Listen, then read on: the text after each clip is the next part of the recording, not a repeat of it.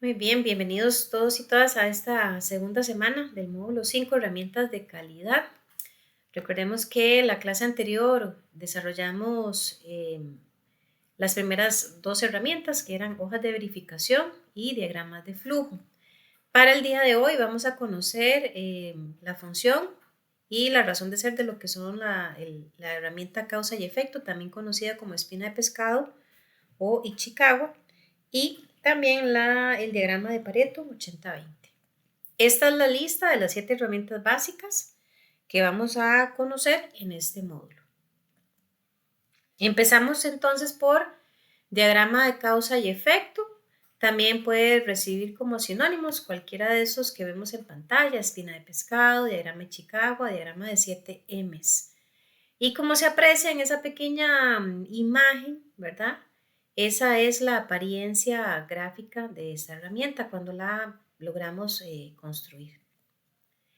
Este diagrama es una técnica que nos permite analizar alguna situación que representa un problema y buscar las soluciones. Fue creado por Kaoru Ishikawa y pues muestra de una forma bastante esquematizada las posibles causas del problema o del efecto específico, y a la vez permite encontrar soluciones o contramedidas.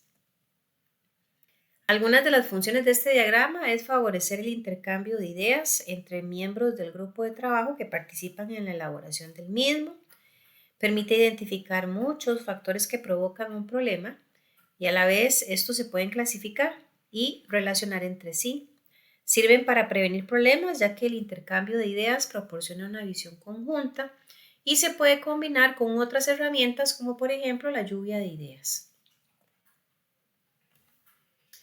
Déjenme ajustar acá esta pantalla.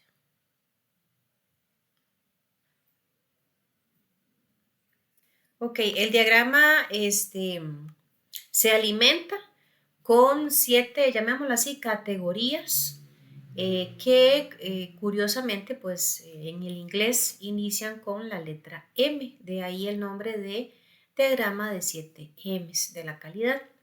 Y esas agrupaciones son las que vemos también en la presentación: materia prima, mano de obra, métodos de trabajo, máquinas, medio ambiente, medición y administración. Obviamente cuando las traducimos al español, pues solamente la última no logramos, ¿verdad?, que empiece con M. Pero ahí tienen a la vez el original del inglés. Empezamos por conocer a qué se refiere materia prima. Bueno, obviamente, pues son todos los insumos necesarios para desarrollar un proceso. Estos deben estar especificados en una hoja de operación. Debe chequearse, por ejemplo, la procedencia del insumo, o sea, el proveedor, el estado, la cantidad, la fecha de fabricación e ingreso y cualquier salvedad que el mismo proveedor haga al respecto del buen uso o mantenimiento de la materia prima. Mano de obra, se dice que es una de las más importantes en esta herramienta. Generalmente, pues cualquier proceso, por más automatizado que se encuentre, va a requerir de la intervención del ser humano, ¿verdad?, que es la mano de obra, bien sea muy especializada o no. La mano de obra que trabaja en un proceso pues debe estar instruida, capacitada, entrenada en las operaciones que va a realizar para los diferentes productos.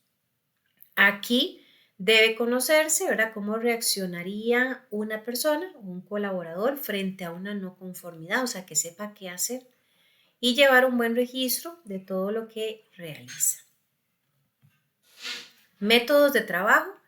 Las operaciones no deben hacerse así como de cualquier manera, al batazo, como decimos, o como a mí me parezca, sino que deben ser llevadas a cabo a través de pautas o de hojas de operaciones o listas de chequeo, como vimos la semana pasada, que obviamente permitan acciones repetitivas y de alguna manera esto se traduce en uniformidad de resultados. El método indica una secuencia de acciones dentro de la operación y el número de operarios involucrados. Es importante que existan estos procedimientos bien delimitados. Máquinas, pues es obviamente todo el equipo, herramientas específicas necesarias para desarrollar un proceso. Obviamente el tema de las máquinas también involucra lo que es su mantenimiento, su buena operación, que si presenta algún ruido, algún golpe extraño, algún recalentamiento, fugas de líquidos, etcétera, pues sean atendidas a tiempo y que además pues también reciban un proceso adecuado de limpieza. Hay muchas veces procesos que generan alguna desviación y no es porque haya fallado la materia prima, no es porque haya fallado la mano de obra, sino que puede ser un problema de calibración, ¿verdad? O de mantenimiento general de la máquina que interviene en el proceso. El medio ambiente, pues es un tema que hace unos años atrás de pronto no tenía tanta relevancia como hoy en día, gracias a Dios. El tema del medio ambiente involucra aspectos que vimos en el módulo 1, orden, limpieza, para ser más productivo, para garantizar un mayor nivel de seguridad en las operaciones y obviamente para generar ambientes agradables de colaboración y respeto. La falta de orden y limpieza puede ocasionar, ¿verdad?, que puedan presentarse situaciones que dañen la calidad de un producto, que se generen confusiones, algún tipo de dificultad, ¿verdad? O un mayor número de accidentes. Y obviamente esto debe ser atendido de forma oportuna. La medición se refiere al tipo de medición que se hacen en el sector o en el proceso. Por ejemplo, la cantidad de piezas fabricadas, tiempos estándar de operación, cantidad de piezas conformes y no conformes, mediciones hechas sobre piezas, productividad, cantidad de retrabajos, etc. O sea, todo lo que se mide y debe medirse para controlarse. Hay que pensar en este tema, pues que una gestión ágil y moderna del proceso se hace cuando se conocen los índices y las mediciones. Esto permite hacer correcciones, mejoras y una buena toma de decisiones. Y por último, la administración, ¿verdad? Que es la gestión, el encargado o el líder del área del proceso tiene una gran responsabilidad en cuanto al manejo y al control de todas las M's anteriores. Así se puede conocer, ¿verdad?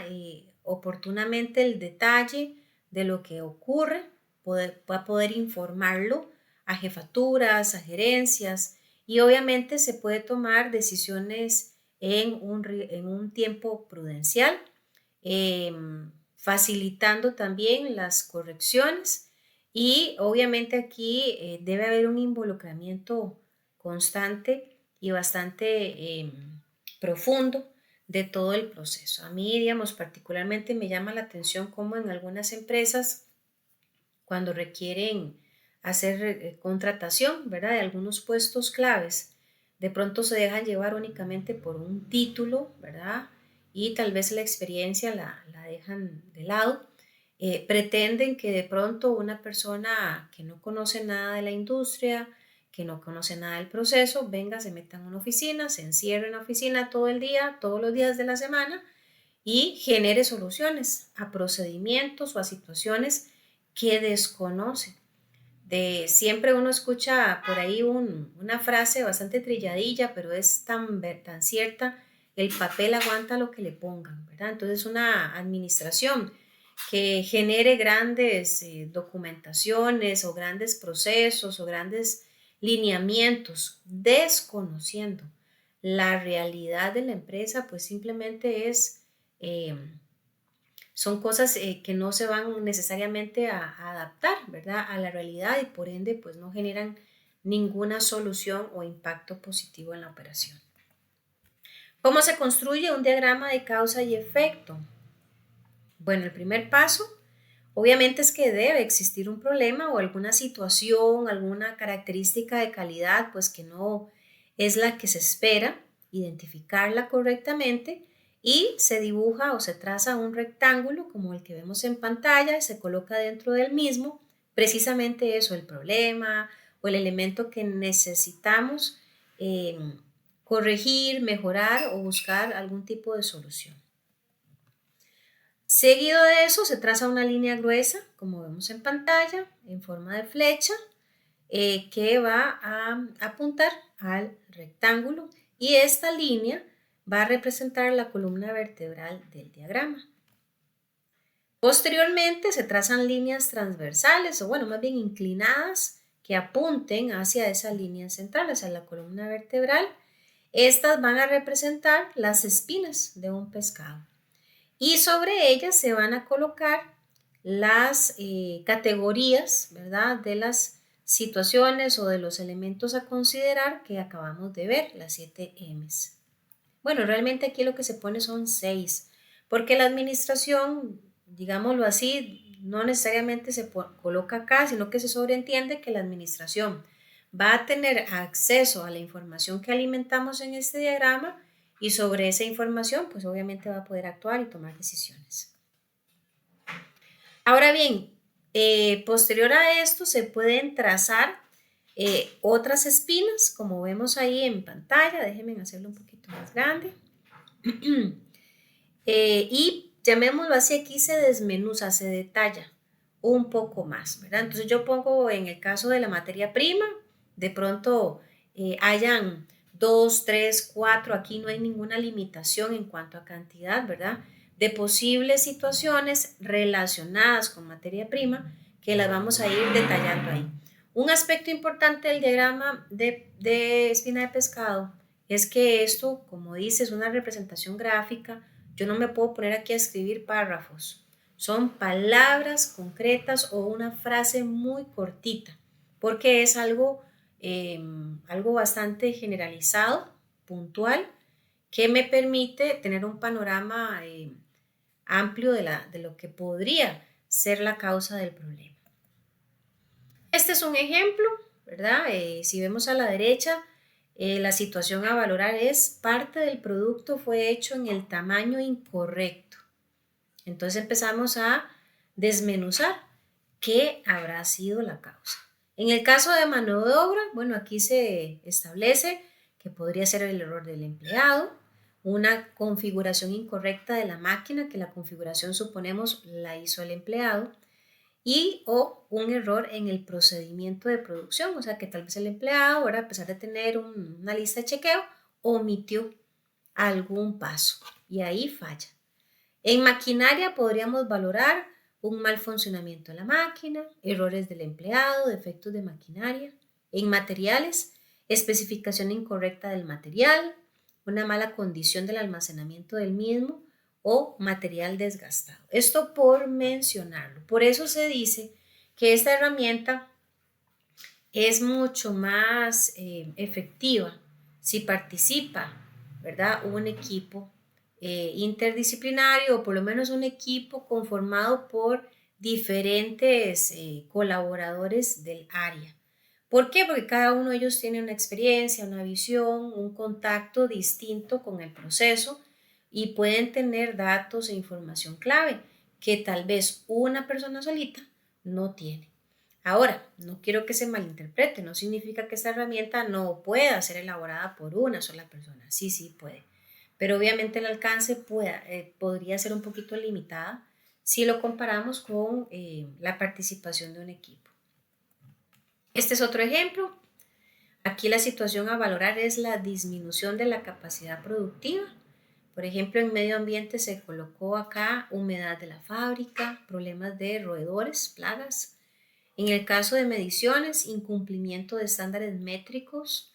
En el caso de métodos, técnicas desactualizadas o poca eficiencia y optimización de los procesos. Bien, ¿alguna pregunta por acá? ¿Algún comentario? No sé si de pronto alguien ha tenido la experiencia de elaborar un diagrama de estos o se ha topado con alguno de estos en la empresa. Recuerden que podemos participar también a través del chat. si hubiera alguna dificultad con el micrófono. Ok, levánteme la mano, por favor, para ver, voy a darle vuelta a la pregunta. ¿Quiénes nunca habían escuchado de esta herramienta antes? Yo, profe, yo no había escuchado esa herramienta. Ok, permítame, qué pena, para ver quién es yo. Es que no puedo ver aquí el nombre. ¿Quién me dijo yo? Ah, Mónica. Mónica, Mónica, ok. Es que por ahí vi que también Andrea levantó la mano. Ok. Diane, ¿usted lo había escuchado? ¿Lo había visto alguna vez? Cristian. Ok, Cristian Yo tampoco. sí, profesora. Yo sí Ah, ok. lo he usado en trabajo. Ok. ¿Lo ha utilizado para hacer análisis o ha participado en la elaboración de alguno? He participado en la elaboración, Ah, bueno. sí. Ajá. Excelente, excelente. ¿Y cuál ha sido, aprovechando ahí el dato, cuál ha sido su experiencia? ¿Qué le parece la dinámica de elaborar esto? Y así, sinceramente, ¿fácil, difícil? ¿Cómo lo ve?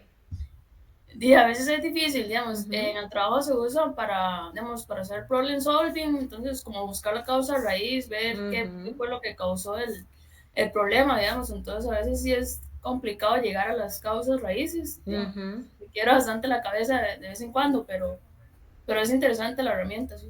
Ok, excelente. Muchísimas gracias por ese aporte tan valioso. Sí, efectivamente, ¿verdad? A veces uno podría pensar, ah, no, es que esto lo causó tal cosa. Y cuando se empieza a desarrollar la herramienta, resultó que no era la única causa, ¿verdad? Sino que había una suma de otros elementos que por desconocimiento, ¿verdad? No se estaban contemplando, pero obviamente con la participación de otros compañeros, pues sale a relucir detalles también ahí bastante relevantes. Excelente. Bueno, vean, por acá,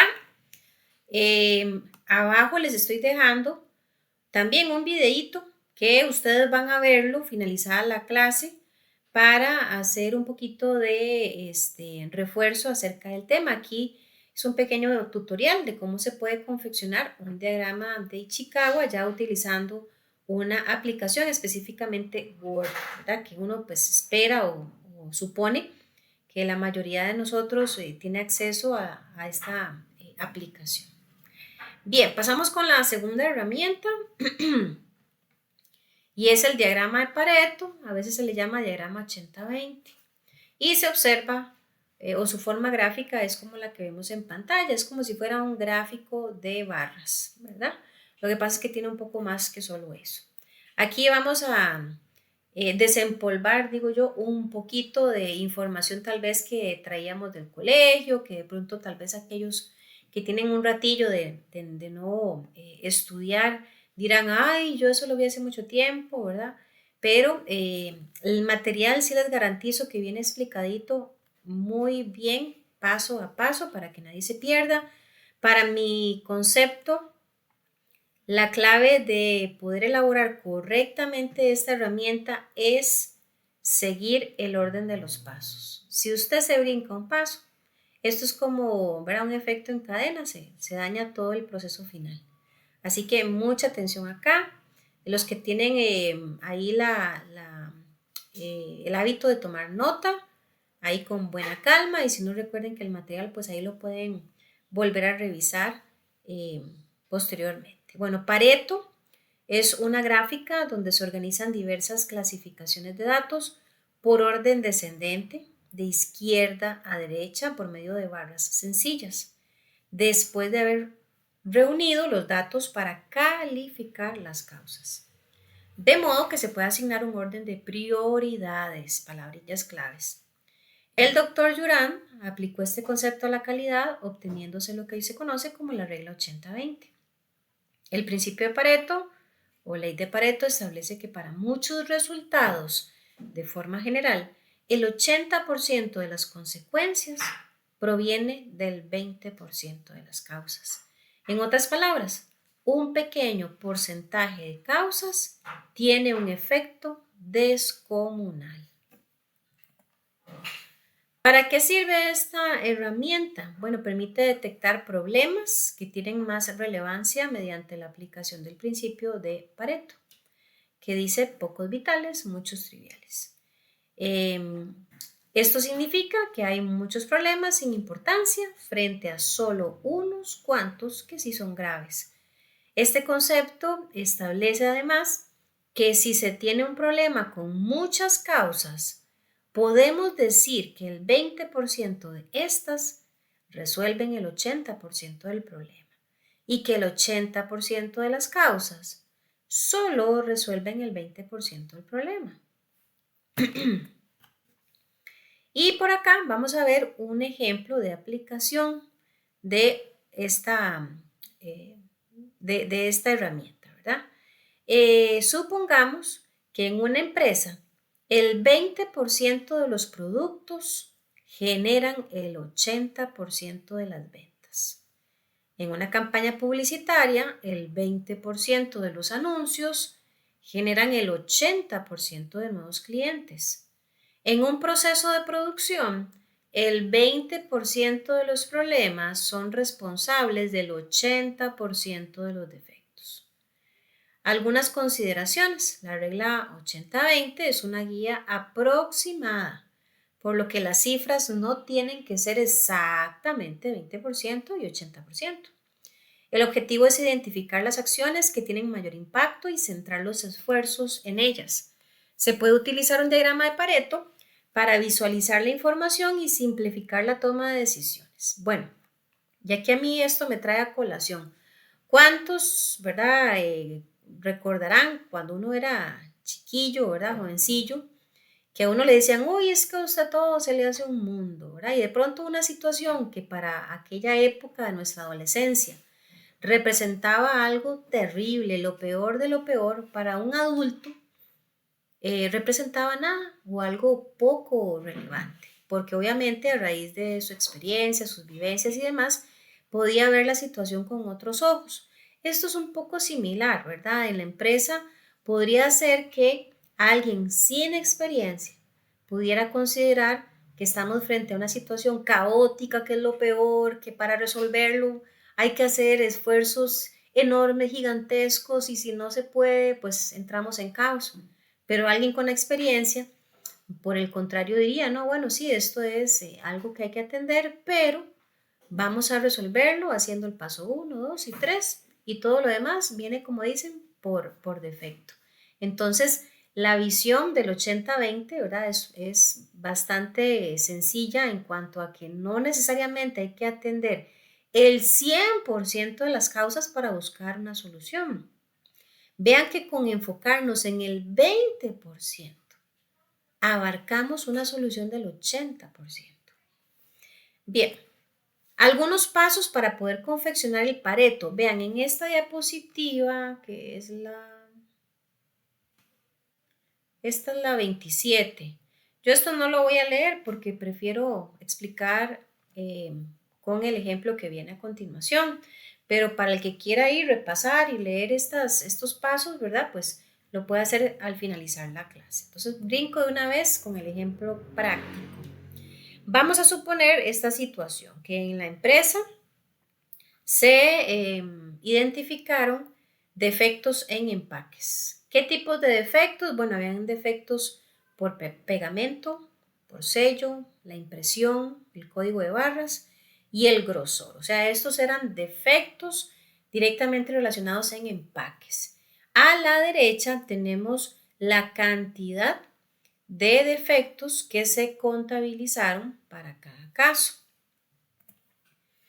Y aquí, ¿verdad? De forma súper resumida, están los primeros pasos esenciales para poder gestionar la construcción del diagrama de Pareto.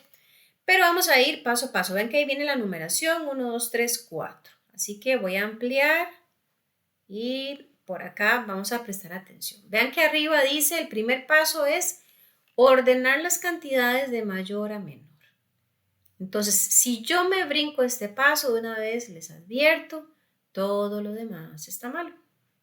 Así que es un paso sencillísimo, es el primero y no se vale brincárselo. Entonces, ordenamos los datos. Paso 2, vamos a sumar los datos. Vean que esto es bien sencillo, no quiero como que nadie se me vaya a estresar, ¿verdad? O a preocupar. Esto es bien sencillo, nada más que requiere orden y cuidado. Se suman los valores en el paso 2 y luego en el paso 3 vamos a ocupar la calculadora porque necesitamos averiguar cuál es el porcentaje que representan estas cantidades enteras. ¿Cómo se hace? Bueno, aquí abajito, si ustedes ven unas flechitas rojas, pues yo les estoy señalando precisamente el proceso que habría que realizar para cada caso. Entonces, vamos a ver la primera línea, que es el de impresión.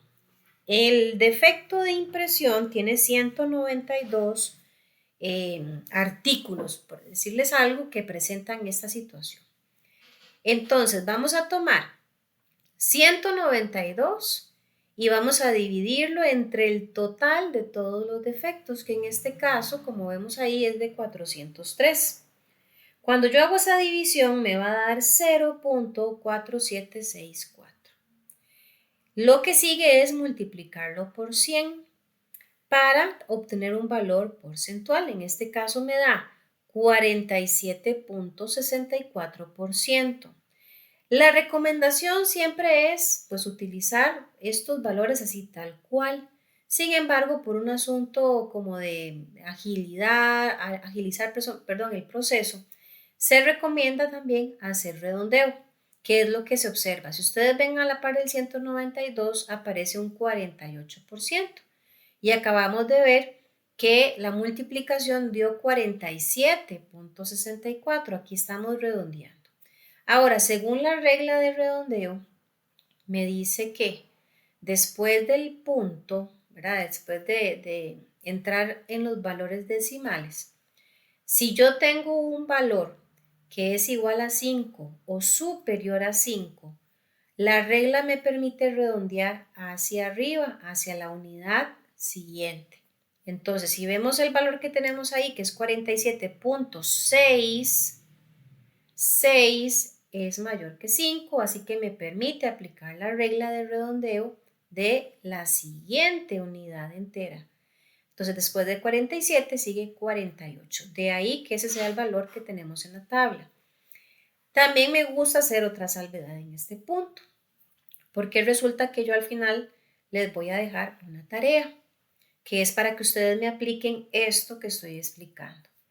Cuando la han hecho, ahora algunos grupos, resulta y sucede que algunos compañeros omiten esta recomendación de redondeo y empiezan con algún tipo de confusión y me dicen, profes, que no me da, que esto y que lo otro, y yo les aclaro. Cuando uno redondea, probablemente, bueno, partiendo del hecho que redondeamos bien, correctamente, podría ser que al final no obtengamos el 100%. Quiero que observen ahí mismo en esta paso 3, la columna que dice porcentajes, ven que al final hay un 100%, porque se supone debemos sumar esos porcentajes. Y si todo está bien, me va a dar 100%. Pero vuelvo y repito, por redondeo podría ser que en algunos casos a mí no me dé 100% exacto, sino que me dé 99.99 o que de pronto inclusive me dé 100.4, 100.03. Pero esas cosas no tienen por qué alarmar a nadie. Repito, puede ser un efecto de redondeo. Si yo quiero que a mí me dé exacto 100%, tendría que usar todos los decimales, que no está mal. Pero repito, yo aquí estoy explicando, ¿verdad? Una forma práctica que es usar redondeo. Digámoslo así en pocas palabras. Si yo me tengo que poner a explicar un gráfico de Pareto, no es lo mismo que yo le diga a la gente, mira, es que el 47.64%, a que yo diga un 48%. O sea, es lo mismo, es un poco más funcional, un poco más práctico. Pero hago esta salvedad para que nadie entre como en conflicto, ¿verdad? Ahora bien, quiero saber, porque aquí hago una pausa, quiero saber si este último paso se entendió bien o hay alguna duda, porque no quiero avanzar si aquí no está clarito. Andrea, gracias. Cristian, gracias. Dayan también. Excelente. Mónica, ¿qué tal?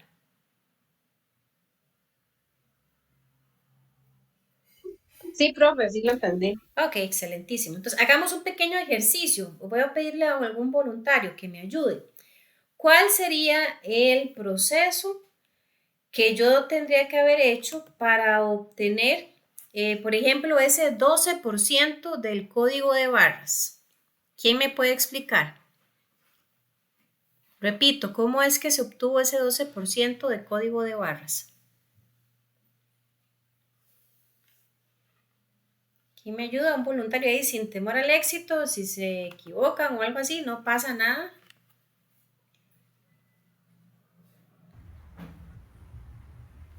Ajá, Dayan. Igual, digamos, Ajá, hablamos los 47, que es la cantidad de defecto, correcto. lo dividimos en la cantidad total, que serían 403, Ujú, y lo multiplicamos por 100. perfecto, así de sencillo, ¿verdad? Excelente. Ahora bien, me adelanto un poquitito, porque a veces tengo o me ha tocado, ¿verdad? Algunos estudiantes que son súper avanzados, llamémoslo así, y tienen mucha experiencia en industria, tienen formación, por ejemplo, en paquetes como Excel, y a veces me dicen, profe, pero eso es facilísimo en Excel, eso nada más hacer una fórmula y copiamos y ya.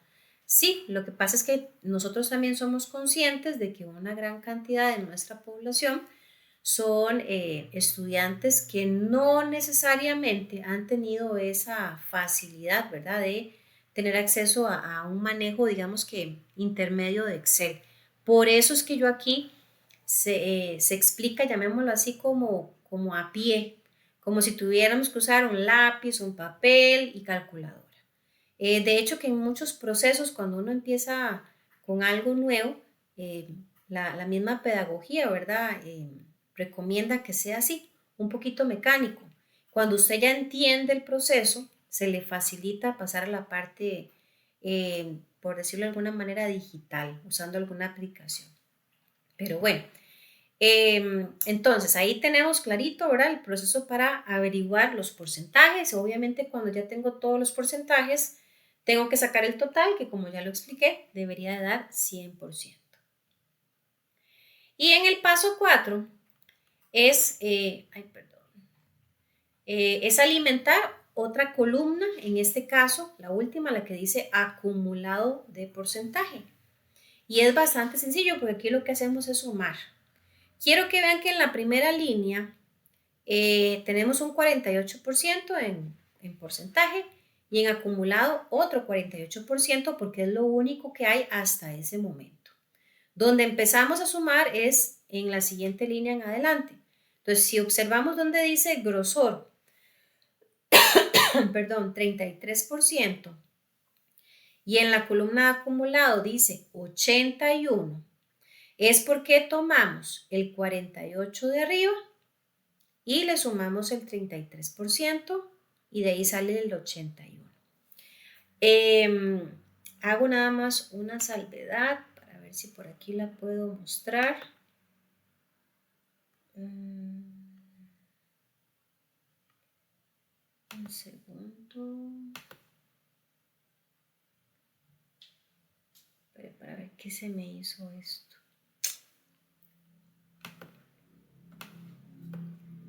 Un momentito, chiquillos, que estoy buscando una herramienta, pero se me olvidó dónde es que la tengo.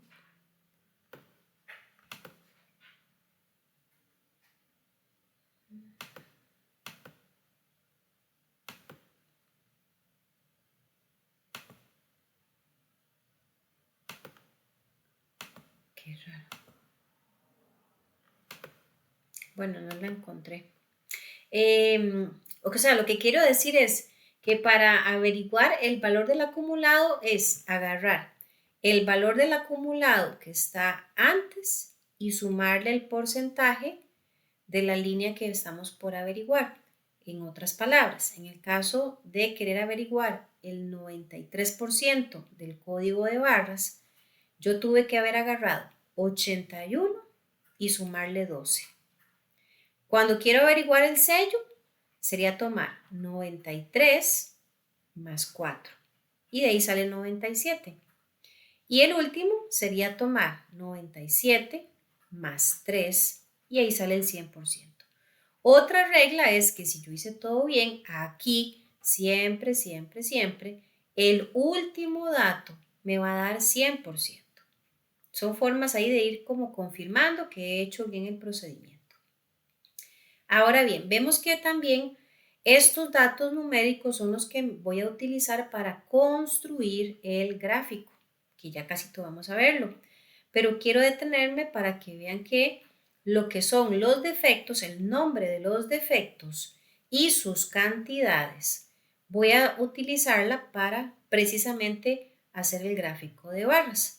Y los últimos datos, o sea, los valores porcentuales acumulados, van a ser para dibujar una gráfica lineal que se coloca encima del gráfico de barras. Ok. Bien.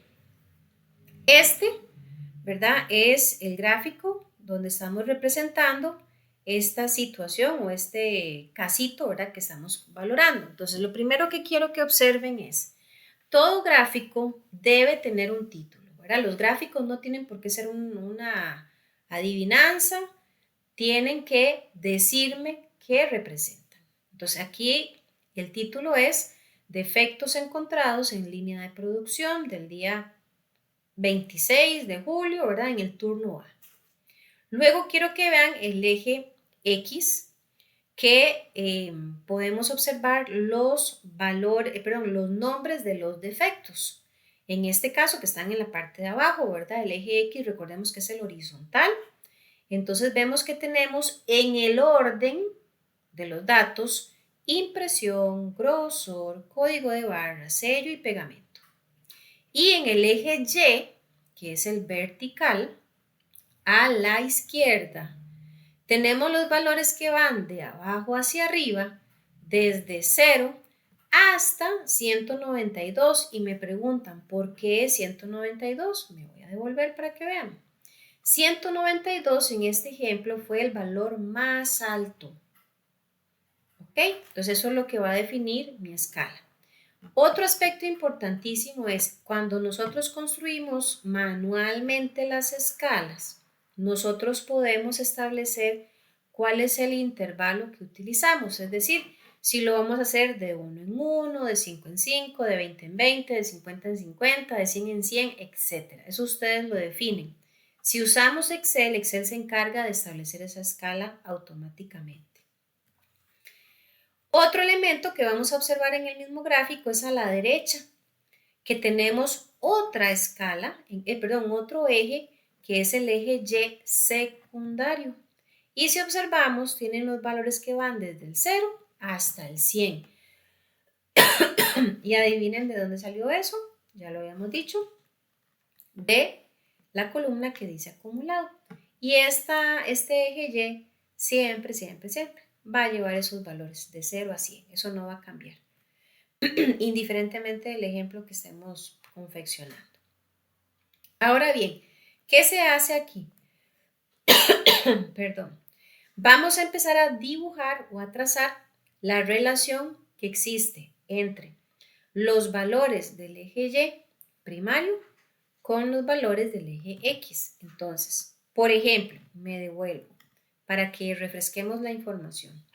Si vemos en el primer cuadro, ¿verdad? Donde están los defectos y las cantidades únicamente, vemos que el defecto de impresión tiene 192 valores.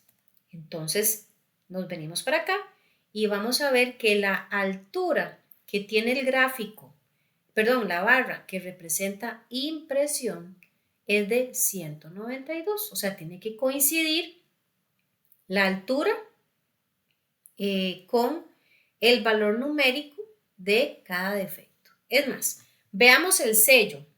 Vean que sello, me devuelvo por acá, sello tenía un valor asignado de 16. Entonces, si yo trazara una línea, ¿verdad?, imaginaria de la altura de la barra de sello, precisamente está donde dice 16 en el eje Y. No sé si me voy explicando hasta acá. ¿Me pueden confirmar o si hay alguna duda para que por favor me digan? Ok, gracias Andrea. Mónica, excelente, excelente. Gracias compañeros ahí por confirmar que vamos bien con la explicación. Bien, entonces este proceso lo hacemos, en este caso solamente eran 5 defectos, así que hay 5 barras. Una vez que hemos hecho los trazos de las barras, viene la parte interesante de Pareto, del 80-20.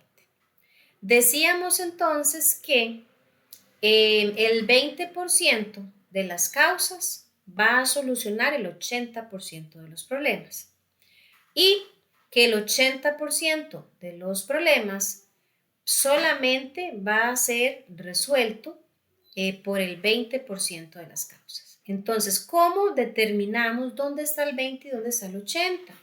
Bueno, precisamente esto lo vamos a lograr a través del eje Y secundario, el que está a la derecha.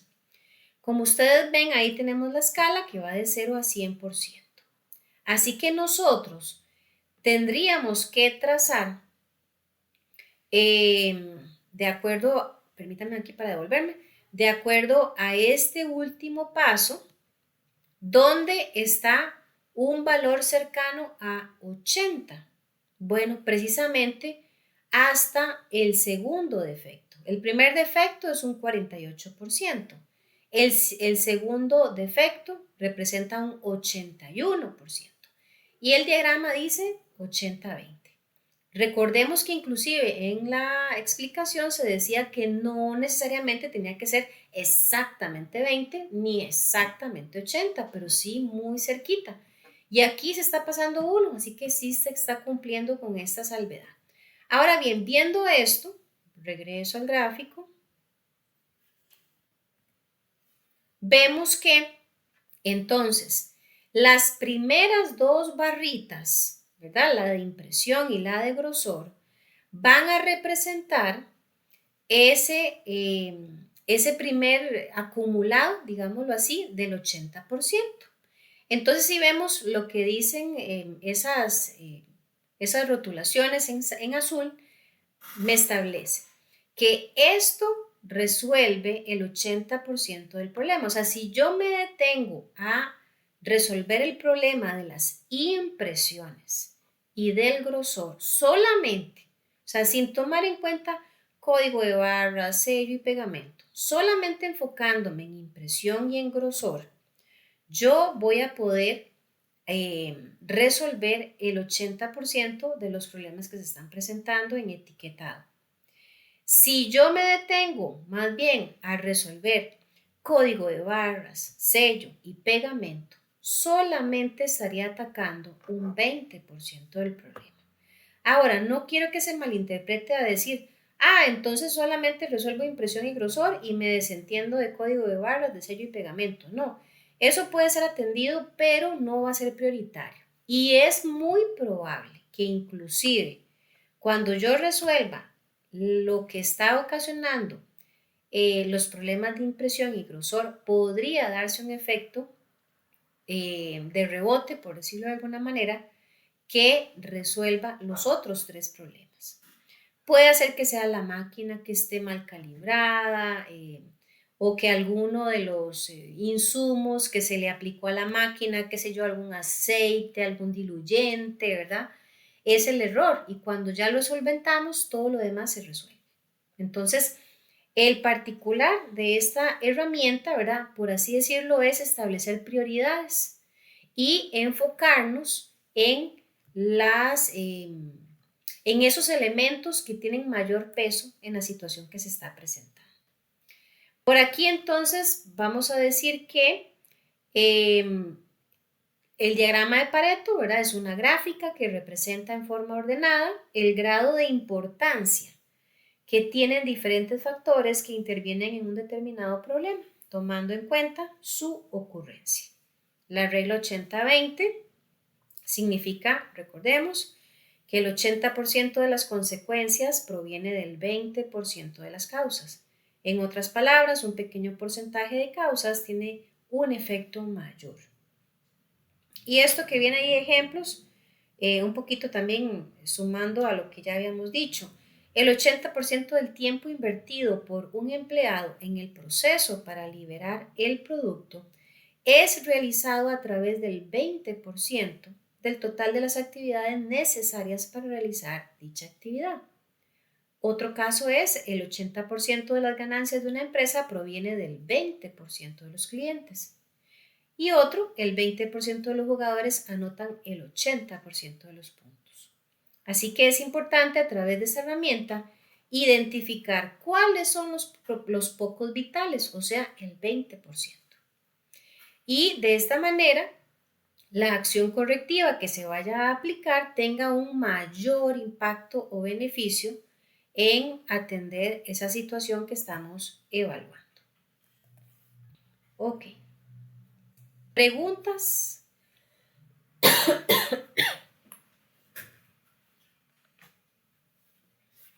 ¿Alguien ha visto también esta herramienta anteriormente o es la primera vez?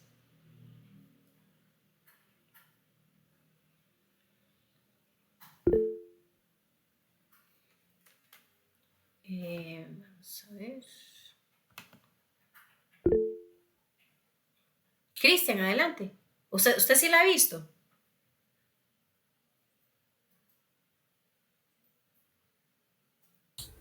Profe, sí, yo he visto eso y también he hecho ese tipo de, para un trabajo que tenía que hacer ahí. Y sí, sí, he tenido que hacer esos pasos que usted ha mostrado ahí en el programa. De Ah, verdad que bueno.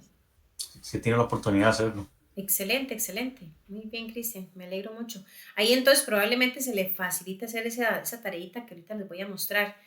Y en el caso de la compañera Mónica, dice que es la primera vez que lo ve. Ok, bueno, no se extrañen, ¿verdad? Porque en el área de calidad, pues es una herramienta también bastante utilizada.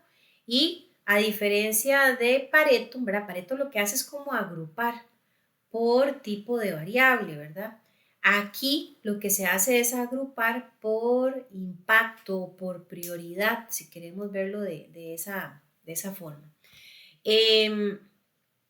Déjenme también antes de mostrarles lo de la tareita, estoy dejando abajo del video de diagrama de Ichikawa, donde les muestra la confección, otro video para que quienes quieran animarse a realizar la tarea con Excel se puedan guiar con esta explicación. Si alguien me dice, profe, es que vieras que no, que yo no tengo compu, o no tengo Excel, o lo que sea, mucha calma, hágalo en papel, en lápiz y con calculadora, no pasa nada.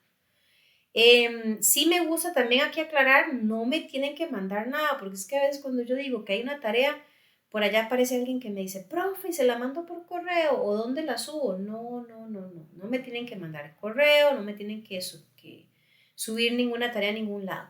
Tienen que hacerla, porque resulta y sucede que yo les voy a hacer preguntas en el examen de la solución de la tarea. Entonces tienen que hacerla para tener la mano, para que cuando aparezcan las preguntitas, ustedes puedan ir a la solución que hicieron y obviamente puedan elegir la respuesta correcta de cada enunciado. Dicho sea de paso, el examen también ya está disponible. Aquí está. Vean que cierra el 2 de septiembre a las 12 del mediodía.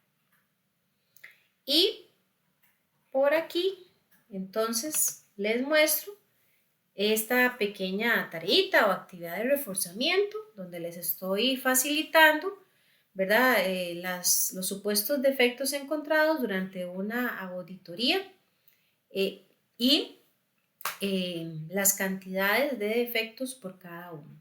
Vean que aquí son más, ¿verdad? Aquí estamos hablando de que son 7 defectos, o sea que el diagrama que ustedes van a confeccionar va a tener 7 columnas. No sé si hay alguna pregunta, esto queda clarito, alguna consulta sobre la tarea.